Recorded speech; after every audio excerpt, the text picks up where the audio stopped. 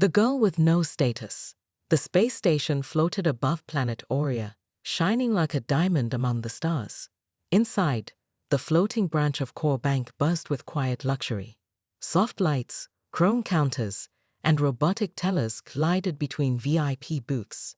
Everything in this bank screamed wealth, and then walked in someone who didn't seem to belong. A young black girl, around 16, stepped into the lobby. Her name was Lyra. She wore a basic school uniform, gray tunic, black leggings, and a worn backpack slung over one shoulder.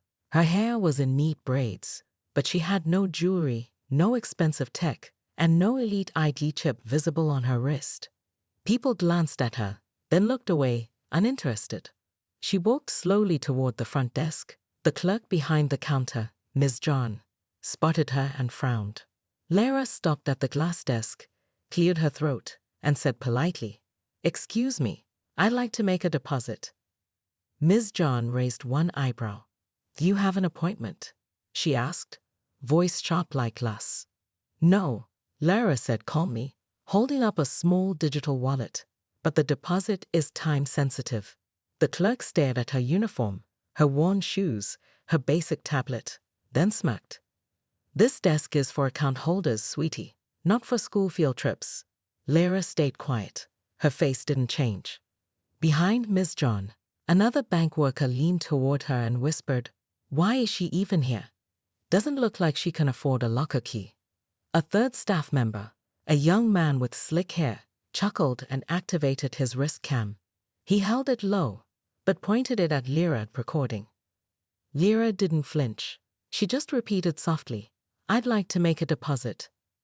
Ms. John tapped her screen with dramatic slowness. "Let's see if your name even comes up." She typed, then paused. Nothing appeared. "No match," she said, smiling. "Maybe your mom should try a kiddie bank next time." Other clients had started watching. A few chuckled. One man muttered, "Security should check her. Looks like a scam." Still, Lyra stayed calm. She looked around once, eyes scanning the walls, then reached into her backpack. She pulled out a slim, old-fashioned tablet. It looked harmless, too old to even connect to the modern grid. Ms. John leaned forward. "What's that? A toy?" Lyra didn't respond. She tapped a command into the tablet, fast and with precision. The screen blinked. Then it glowed faint blue. The word "Initializing Command, Vault Link Protocol 07A" flashed on the screen for only 1 second. Ms. John didn't notice, but something deep inside the bank system did. In the background, one of the floating telebots froze. Its eyes blinked red once, then green. Lyra looked up at Ms. John. "Is it against policy to treat customers fairly?" Ms. John rolled her eyes. "Is it against policy to waste time?" The boy with the wrist cam whispered, "This is going viral. Earth Trash Girl tries to deposit coins in Core Bank, Purrfect title." Lyra stared at him for a second. Then she whispered into her tablet, "Log visual record, employee 17B tag for audit." Ms. John laughed. "Audit? Oh honey, do you even know how big this place is?" Lyra looked down silent. Her fingers typed something else. Then, very faintly, behind the front desk, a soft beep echoed from the main vault terminal. Ms. John ignored it. But her assistant looked up. "Ah, did someone just ping the level 9 admin node?" She was ignored again. After all, who would believe a girl in a school uniform could touch anything inside the bank's deepest layers? Lyra turned around and started walking away. Before she reached the exit, she paused. She turned her head slightly and said, "You should be more careful about who you laugh at." Then she walked out through the automatic glass doors. Behind her, the security bot at the wall blinked again twice. The screen at Ms. John's terminal flickered for a brief second. And deep in the core bank's digital vault, a line of code activated. User detected. Lyra VORN. Family ID verified. Founder access line engaged. The vault starts talking. The bank stayed busy as usual. Clients came in with glowing cards, fancy rings, and robotic pets. No one noticed the small change. No alarms rang. No security bots ran through the halls. But something strange was happening behind the scenes. In the core vault room, hidden 10 floors below the floating lobby, a red light blinked quietly. Then it blinked again, this time faster. A message flashed on a dark screen. Found at access ID verified, layer IVORN. Priority override engaged. One of the AI security systems paused its routine check. Request incoming. Deposit link confirmed. Matching data to executive protocol. A robotic voice whispered into the private comms of the bank's operations manager, a nervous man named Thalen. He was sipping his mid-morning nutrient gel when his screen went black and showed only one message. FA code 7 detected. He dropped the drink. No, he muttered, eyes wide. He pressed his comms button. Who triggered a founded access? Up in the lobby, Ms. John rolled her eyes. She was still laughing with her co-workers about the little schoolgirl who thought she owned a bank. She probably went home crying, one clerk joked. The boy with the wrist cam grinned. Upload time. 2 minutes. Thumbnail. Her dumb face. But before he could press send, his wrist cam blinked red. Then it shut off. What the? His device rebooted on its own. A strange message appeared. Violation detected. This device is now under review. Ms. John frowned. What's going on with our terminals? Across the room, the floating telebot paused mid-transaction and said, Attention, all customer processing is temporarily paused. Executive review underway. What? Ms. John stood up. Who ordered that? Just then, 2 security bots walked into the lobby. Their eyes glowed blue, scanning every staff member one by one. Talon's voice echoed from the central speaker. All staff, remain at your stations. Internal audit in progress. Internal audit? Why now? One staffer asked. Maybe someone tried to hack the system, said another. No way, said the wrist cam boy. Unless that kid. They all went silent. Ms. John narrowed her eyes. She didn't even give a last name. The assistant behind the counter gasped. She had been quietly running a backtrace on the system alert. I found something, she whispered. That girl, her deposit ID was locked to a level 9 executive channel. Ms. John turned pale. That's impossible. But the assistant showed her the data. Name, Lyra Vaughn. Linked account, master line number 1. Founder tier. Status, live access. Then came the next shock. A sleek black transport pod landed outside the bank. It had no logos, only a golden star seal. Every worker in the lobby stopped and stared. The doors opened. 2 figures stepped out, wearing dark uniforms with silver cuffs. They carried no weapons, but everyone recognized the badge on their shoulders. Internal Corporate Authority, the private police of the galaxy's most powerful CEOs. The lead officer walked in. We are here for a level 1 protocol confirmation. Who processed the Vaughn family deposit? Ms. John's voice cracked. The girl? I thought she was. The officer held up a hand. Please step away from your desk. The security bots moved closer to her. Down in his office, Thalen muttered, Oh, stars above. She's not just a Vaughn. He pulled up the internal file. Lyra Vaughn, Hair ID.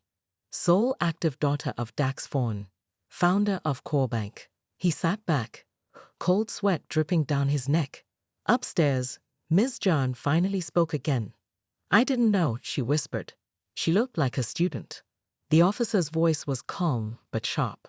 That student just initiated a founder-level transaction, and you laughed at her. He turned to the others. Effective immediately, freeze lobby footage. Staff members involved in this interaction are now under executive review. The boy with the wrist cam dropped his device. It clattered on the floor.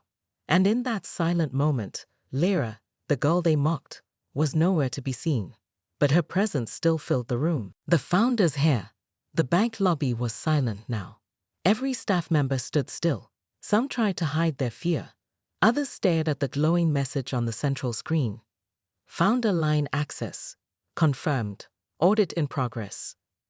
Security bots stood near every desk. No one dared to move. The officer from Internal Corporate Authority walked calmly across the floor, scanning faces. He stopped in front of the assistant manager, who was shaking. "Where is the girl who made the deposit?" the officer asked. The assistant stuttered. "She left. Right after the staff." Laughed at her. The officer nodded slowly. "She's smart. I would have left too, if I had just been mocked in my own father's bank." Whispers spread across the room like wildfire. "Her father owns the bank. She was the heir. We're in so much trouble." Downstairs, Thalen, the operations manager, was sweating through his uniform. He looked at the security feed of the lobby and muttered, "I need to fix this. Fast." He sent a private message to corporate command. "Emergency. Staff violated protocol. Executive family member mistreated. Requesting guidance." A message came back. "Stand by. Found a protocol in effect. All control now belongs to Herr Lyra Vaughan." Thalen blinked. "Control belongs to her?" Just then, his screen went black again. A glowing white seal appeared, the Vaughan crest, a golden star over a banking chip. Then came a voice, calm, young, familiar. "Hello, Mr. Thalen. I'm taking command now." He gasped. "Lyra." Her voice was calm, but cold. "You let your staff humiliate me. In my own bank. That's not acceptable." He tried to explain. "I didn't know who you were. They didn't mean it. They recorded me. They laughed at me. And you let them." Thalen swallowed. What do you want to do?" "First, pause all transactions. Then prepare for full staff review." His hands shook as he tapped the screen. Yes, Miss Vaughan. Right away." Back in the lobby, the security bot's eyes turned red. A robotic voice announced, "All systems are now under executive care control. Lyra Vaughan has activated direct oversight." Staff looked around in shock. Ms. John sat down hard, pale as snow. "She's not just some rich kid," she whispered. "She owns everything." The officer nodded. "She is the only living heir to Dax Vaughan. That makes her our CEO in waiting." Then, one of the lobby walls lit up, and a live video feed began. It was Lyra. She sat in a quiet room, school uniform still on, eyes calm and sharp. "Good afternoon," she said. "I assume by now you all understand who I am." No one moved. "I didn't want to come here with a title. I didn't want bodyguards or fanfare. I wanted to see how my family's bank truly treats people." She looked directly into the camera.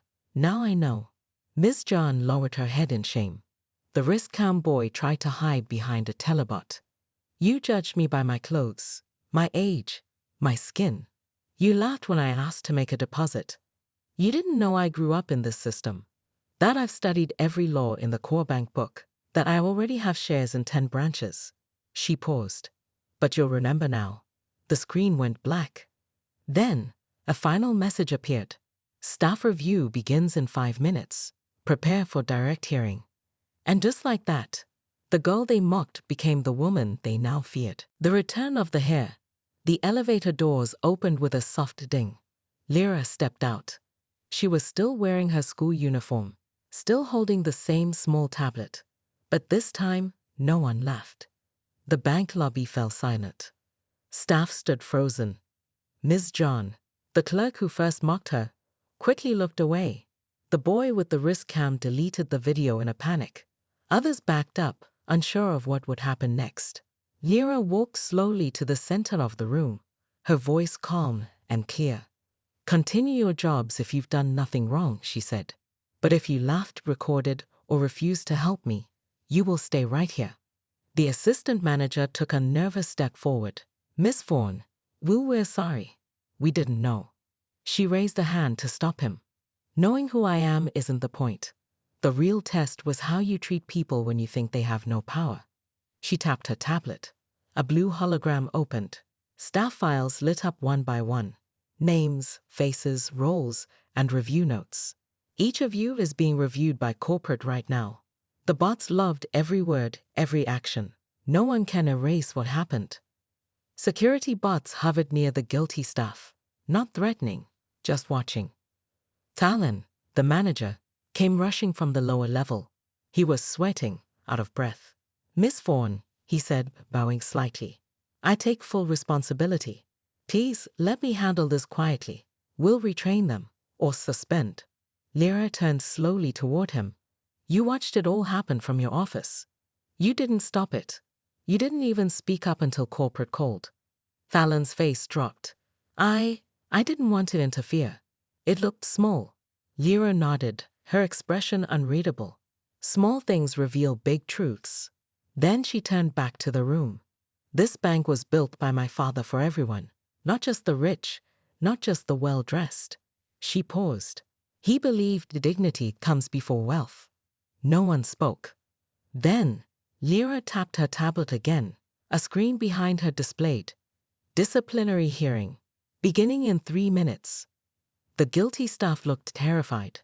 One tried to leave, but a security bot gently pushed them back. "Nobody is being hurt," Lyra said, "but everyone is being held accountable." A few of the staff who hadn't mocked her stepped forward. One young teller said, "Miss Vaughn, I tried to help, but the others." She smiled softly. "I know. The bot saw your effort. Your name is marked green." The teller exhaled in relief. Then Lyra said something that shocked the entire room. "I'm not here for revenge. I'm here to rebuild." Gasps rippled through the lobby. "You'll be judged fairly. Some will be retrained, some let go. But one thing is clear, this bank will no longer run on disrespect." Just as she finished, a chime echoed. The doors opened again. A man in a black uniform entered. Everyone turned. It was Dax Vaughn, the founder himself, Lyra's father. He walked over to Lyra and placed a hand on her shoulder. "I saw everything," he said, "and you did what I hoped you would." He looked at the staff. "You now answer to her." Lyra gave one final look at the staff. Calm, strong. "Let's begin the hearings." The future had arrived, and it wore a school uniform. The return of the hair. The elevator doors opened with a soft ding. Lyra stepped out. She was still wearing her school uniform, still holding the same small tablet. But this time, no one laughed. The bank lobby fell silent. Staff stood frozen. Miss John, the clerk who first mocked her, quickly looked away. The boy with the wrist cam deleted the video in a panic. Others backed up, unsure of what would happen next. Lyra walked slowly to the center of the room, her voice calm and clear. "Continue your jobs if you've done nothing wrong," she said. "But if you laughed, recorded, or refused to help me, you will stay right here." The assistant manager took a nervous step forward. "Miss Vaughn, we're sorry. We didn't know." She raised a hand to stop him. "Knowing who I am isn't the point. The real test was how you treat people when you think they have no power." She tapped her tablet. A blue hologram opened. Staff files lit up one by one. Names, faces, roles, and review notes. "Each of you is being reviewed by corporate right now." The bots logged every word, every action. No one can erase what happened. Security bots hovered near the guilty staff, not threatening, just watching. Talon, the manager, came rushing from the lower level. He was sweating, out of breath. "Miss Vaughn," he said, bowing slightly, "I take full responsibility. Please let me handle this quietly. We'll retrain them, or suspend." Lyra turned slowly toward him. "You watched it all happen from your office. You didn't stop it. You didn't even speak up until corporate called." Talon's face dropped. I didn't want to interfere. It looked small." Lyra nodded, her expression unreadable. Small things reveal big truths. Then she turned back to the room. "This bank was built by my father for everyone, not just the rich, not just the well-dressed." She paused. "He believed dignity comes before wealth." No one spoke. Then, Lyra tapped her tablet again. A screen behind her displayed disciplinary hearing, beginning in 3 minutes. The guilty staff looked terrified. One tried to leave, but a security bot gently pushed them back. "Nobody is being hurt," Lyra said, "but everyone is being held accountable." A few of the staff who hadn't mocked her stepped forward. One young teller said, "Miss Vaughn, I tried to help, But the others? She smiled softly. I know. The bot saw your effort. Your name is marked green. The teller exhaled in relief. Then Lyra said something that shocked the entire room. I'm not here for revenge. I'm here to rebuild. Gasps rippled through the lobby. You'll be judged fairly. Some will be retrained. Some let go. But one thing is clear. This bank will no longer run on disrespect. Just as she finished, a chime echoed. The doors opened again. A man in a black uniform entered. Everyone turned. It was Dax Vaughn, the founder himself, Lyra's father. He walked over to Lyra and placed a hand on her shoulder. I saw everything, he said, and you did what I hoped you would. He looked at the staff. You now answer to her. Lyra gave one final look at the staff. Calm. Strong. Let's begin the hearings. The future had arrived, and it wore a school uniform, a legacy rewritten. The next day, the bank's floating headquarters shimmered above Earth's orbit like a crown of silver light.